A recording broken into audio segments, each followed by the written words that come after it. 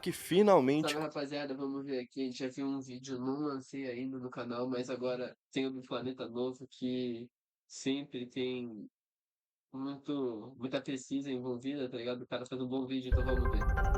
O julgamento de Keffe D pela execução de Tupac finalmente começou, e o primeiro dia já trouxe depoimentos importantes. A acusação afirmou que Keffe D planejou o homicídio por vingança e chegou a citar a relação dele com Diddy, enquanto um ex-policial diz que Suge Knight evitou colaborar com a investigação. Já a defesa adotou uma estratégia curiosa, dizer que as próprias declarações de Keffe D eram mentiras e que ele não era uma pessoa para ser levada a sério. Então, tudo o que aconteceu no primeiro dia do julgamento nós mostraremos aqui no vídeo de hoje.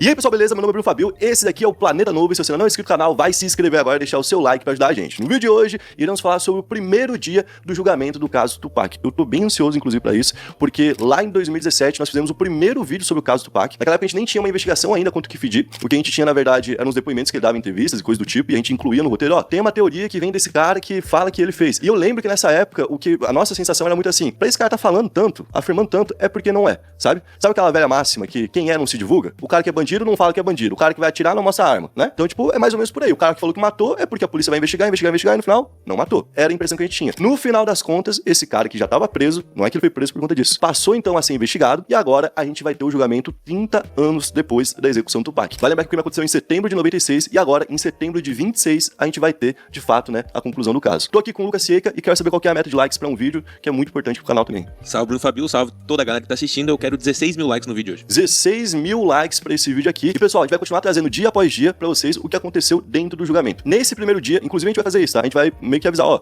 hoje não teve tanta coisa. Às vezes pode acontecer como a gente fez lá no caso de Diddy. Não teve tanta coisa, vamos agrupar 2 dias pra poder fazer um vídeo. Nesse primeiro dia, a nossa expectativa é que não tivesse tanta coisa, mas teve muita coisa. A gente teve depoimentos rolando já, e a gente teve vários novos detalhes que até agora não eram públicos sobre o caso. Então agora, vamos direto pra nossa vinheta e depois contar a história.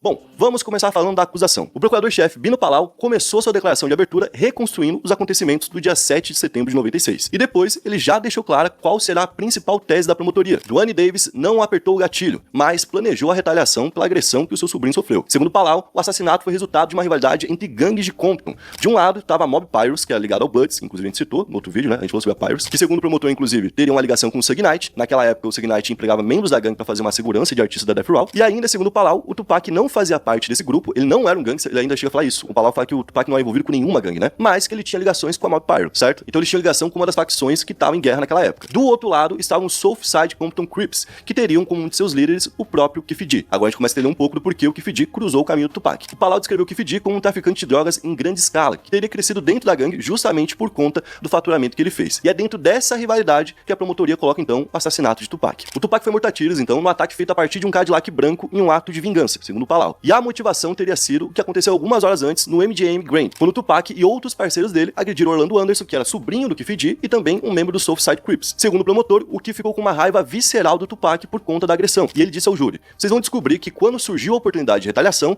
Duane Davis garantiu que os atiradores estivessem armados e prontos para executar sua vingança. O Palau, inclusive, nesse momento, usou as próprias palavras do Keffe D e ele leu um trecho de Compton Street Legend, que foi um livro publicado pelo Keffe D em 2019. O fato de terem atacado meu sobrinho nos deu o sinal verde definitivo para fazer algo com eles. Então ele escreveu isso aqui lá no livro dele que foi lançado em 2019, né? O Palau também mostrou ao júri vídeos e áudios relacionados ao caso, como por exemplo a imagem da agressão contra Orlando, que o editor pode colocar aqui agora, e também gravações de entrevistas dadas pelo Keffe D. E uma parte importante foi mostrar quantas vezes o Keffe D tinha falado sobre o caso ao longo dos anos, né? Então o Palau apresentou ao júri uma cronologia dessas declarações do Keffe D. Em 1998, ele foi chamado para conversar com o FBI e disse ao FBI que estava em Las Vegas na noite do tiroteio, mas que não tinha nenhum envolvimento com o crime. Em 99, ele voltou a falar com o FBI e já mudou um pouco da versão dele. Ele falou que estava por lá e que ele tinha motivos para poder pegar o Tupac, né? Que ele estava furioso com a agressão que tinha sido sofrida pelo Orlando e que ele planejava se vingar, mas em Compton, não ali em Las Vegas. E a grande mudança de versão dele viria em 2008. E aqui vem um detalhe muito importante, porque isso foi tirado dele. E foi explicado como foi tirado, né? Naquele momento, uma força-tarefa que foi liderada pelo Greg Kading investigava o crime contra o Notorious Big, que também foi executado. Segundo Palau, os investigadores conseguiram comprovar um caso envolvendo Keffe D e tráfico de drogas, que ia dar uma pena ainda maior pra ele e botar ele mais tempo na cadeia. E tudo isso foi conquistado pra pressionar ele a dar informações sobre a morte do Notorious Big. Olha que doideira, pessoal. A gente tá falando do caso do Tupac e o Notorious Big aparece no primeiro dia.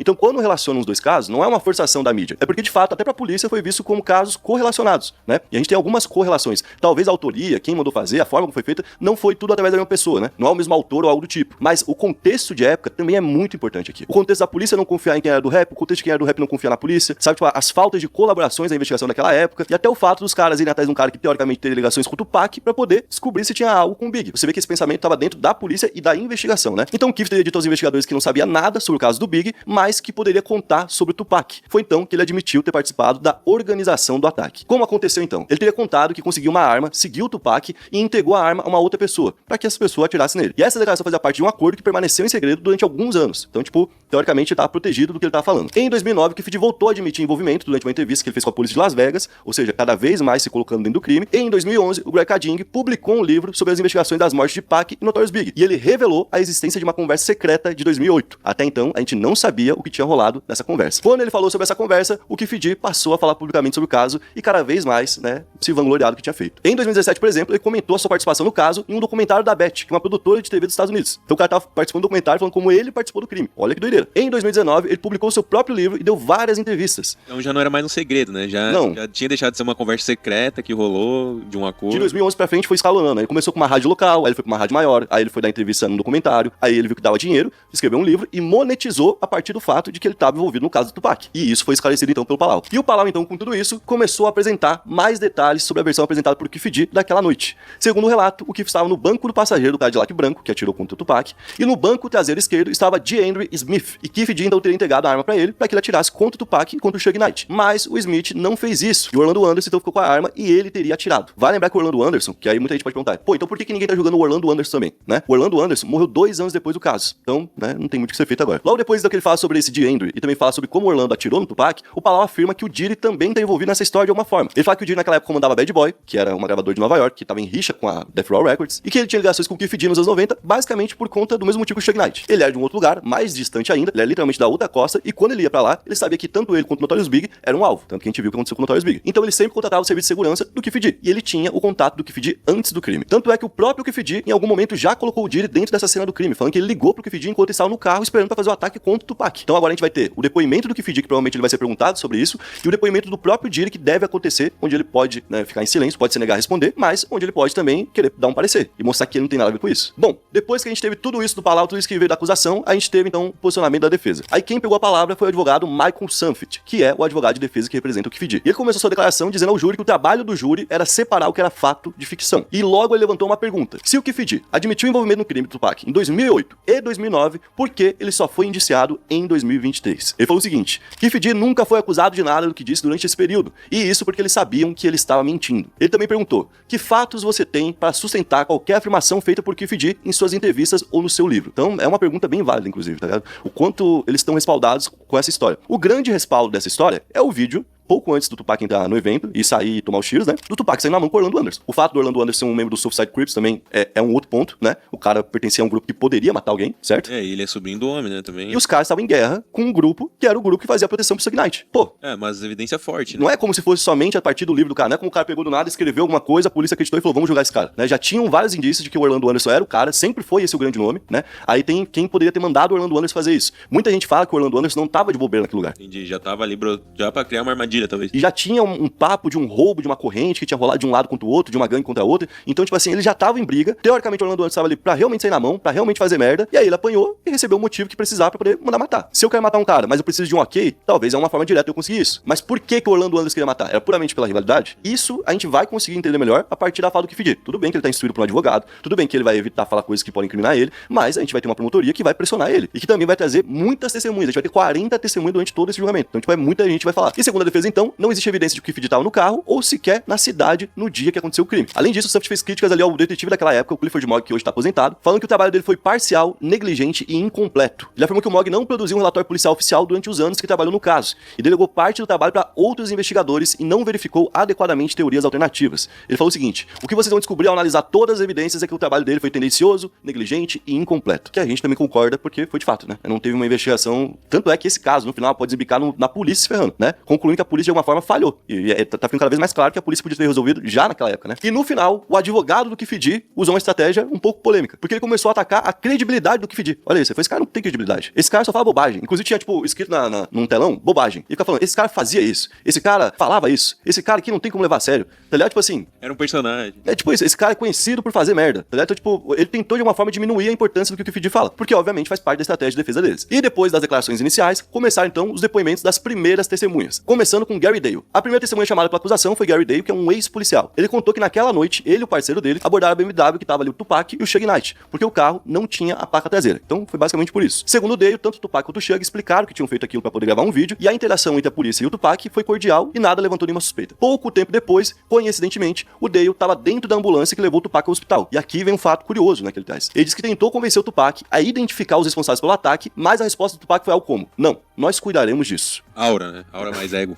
Mas talvez poderíamos ter alguém preso há 30 anos, né? Não, e sim, é que eu acho que na hora ele não imaginou que a coisa ele não achou que ia morrer, né? tão sério assim, né? Ele achou que ia continuar vivo, com certeza. E essa, basicamente, foi a participação dele. A próxima testemunha, então, foi a Ingrid Stocks, que tava nas proximidades naquela noite e que tava em um carro com 3 amigas. Ela estava a caminho de uma boate, pra onde o Tupac e o Suge também estavam indo, então tava no mesmo trânsito, né? E segundo a Ingrid, o carro dela estava parado num semáforo um pouco à frente da BMW do Tupac. Naquele momento, então, ela e uma das amigas estavam prestes a trocar de lugar, uma ia pro volante e a outra ia sair, ia virar copiloto, e as duas tinham tirado o cinto e estavam de cabeça baixada. Foi nesse momento, então, que elas ouviram os tiros que estavam vindo de trás e imediatamente elas aceleraram o carro e fugiram do lugar, obviamente, né? Pouco depois, elas viram uma viatura, foram até a viatura e falaram: ó, a gente acabou de ver um tiroteio, atiraram contra um carro, uma BMW, foi isso que aconteceu. E ela disse que a forma como a polícia atendeu elas foi uma maneira muito grosseira, né? Ela falou que, inclusive, não era fã da polícia naquela época, mas tentou fazer a coisa certa e mesmo assim não adiantou. Eles ignoraram totalmente o que ela tinha pra falar, não focaram nisso e basicamente levaram ela pra delegacia, colocando ela como uma suspeita do caso. É uma suspeita que foi lá denunciar o próprio... não, acabei de ver um tiroteio ali, tá ligado? Então foi tu? Então foi tu. Tanto que ela falou que teve que ficar um tempo no chão, sentada na calçada, na frente de várias pessoas, como se de fato fosse uma suspeita. E aqui, né, de novo, evidencia como que era o tratamento da população com a polícia naquele momento nos Estados Unidos de forma geral. A próxima testemunha, então, de acusação foi Brent Becker, que é um ex-policial que era detetive da divisão de homicídios. Esse é um detalhe muito curioso. Por quê? Porque ele foi chamado pro local do tiroteio no momento que o Tupac ainda estava vivo. O Tupac ia morrer dias depois no hospital. Então não faz parte da homicídios ir pra um local onde não teve um homicídio. Ele, inclusive, falou isso. Naquela época, normalmente só me chamavam quando tinha uma vítima fatal. E ele acredita que só chamaram ele por conta de quem era a vítima. Como era o Tupac, chamaram porque era um caso muito grande. Então, de imediato, teve um interesse da polícia.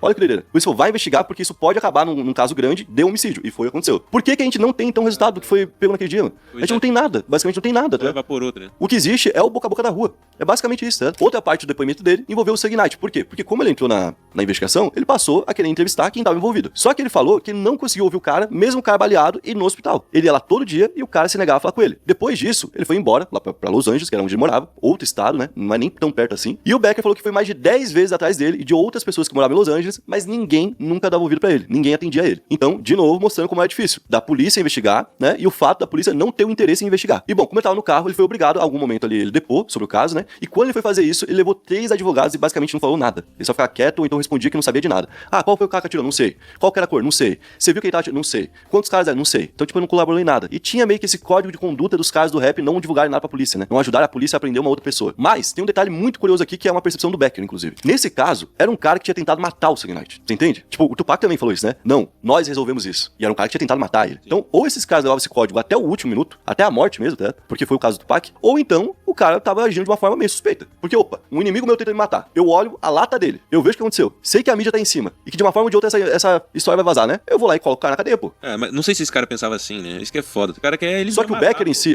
si, o que ele faz. Tudo bem, tem essa outra, né? Essa outra linha. O cara preferia matar o cara aí na rua, né? Tanto que o Orlando Anderson morre logo depois. Mas o Becker em si, ele fala que, na experiência dele, normalmente, quando é um ataque contra um cara desse, normalmente ele coloca o outro na cadeia. Ou pelo menos ele colabora falando, aconteceu isso e aquilo, o carro era branco, era um Cadillac, a arma era tal, mas não viu o resto. Alguma coisa ele... E daí a polícia acha, entendeu? Não vai dar o cara, mas vai dar todo o caminho pra polícia achar o cara. E ele não colaborou. Ele ficou quieto, ou então ele falava, não sei, não vou falar, tá ligado? E o Becker também falou que durante a investigação, ele percebeu que estava sendo sondado, né? Que várias informações da investigação vinham sendo roubadas ou então espionadas. Tanto é que se tornou normal ele chegar no escritório dele e ver os documentos ali mexidos. Aí ele passou a guardar os documentos dentro de um cofre, pra evitar isso. Olha que doideira, gente. E ele também falou que a polícia já tinha de imediato, né, a identificação das pessoas que estavam naquela briga na frente do MGM, inclusive o Orlando Anderson. Bom, depois do Becker, então, a promotoria chamou o Fred Miller, que é investigador aposentado. Em 97, o Miller foi designado para investigar a morte do Notorious Big. E durante a investigação, a polícia recebeu informações de que o Keffe D poderia ser um suspeito. O Miller contou então que durante a investigação, a polícia revistou um Chevrolet Impala em Compton. E no porta-malas, eles encontraram uma foto Polaroid com o Keffe D, Orlando Anderson e outros homens. Parecia ser um carro deles. Porém, o carro estava registrado no nome de uma outra pessoa. E aí, uma pessoa do júri, bom jurado, o que fez isso, tá?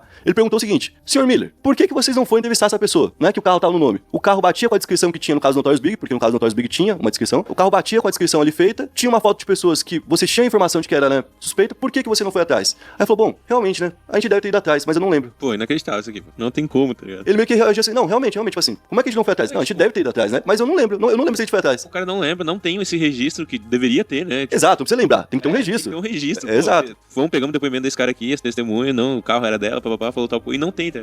Aí tu vê que tinha policial que queria resolver, e que esses policiais estavam sendo vigiados, ou então estavam sendo cerceados, ó, opa, para de mexer aí, ou então até, tipo, quem era pra ajudar não ajudava, e ao mesmo tempo tinha policial que não, que só assim, mano. E é bizarro, a gente não tá falando do interior, tá ligado? A gente não tá falando de um cara random que foi assassinado, a gente tá falando, tipo, de um dos maiores. Las Vegas tá ligado? e Los Angeles, que é o caso do Notorious Big, né? Los Angeles, duas grandes cidades, duas polícias que a gente imagina que deveriam estar blindadas para não serem manipuladas numa situação como essa, e Notorious Big do Pac. E durante o depoimento do Miller, então, os promotores também apresentaram uma gravação de 40 minutos do Miller entrevistando o Keefe D ainda dentro da investigação sobre o Big. O Miller fez várias perguntas sobre a noite do crime e ele queria saber se ele havia visto o Big, onde ele foi depois do tiroteio e se percebeu alguma coisa em comum durante a festa. Ou seja, né, o nome do Keefe D já tá aparecendo aí na mão da polícia há muito, muito tempo. 98 no caso do Tupac, com o FBI, e em 97 no caso do Notorious Big. Gente, absurdo, né? É tipo assim, ele não é uma pessoa que surgiu a partir de um livro, tá ligado? Eu acho que isso aí que ficou bem resumido já no primeiro dia, né? Bom, amanhã à noite...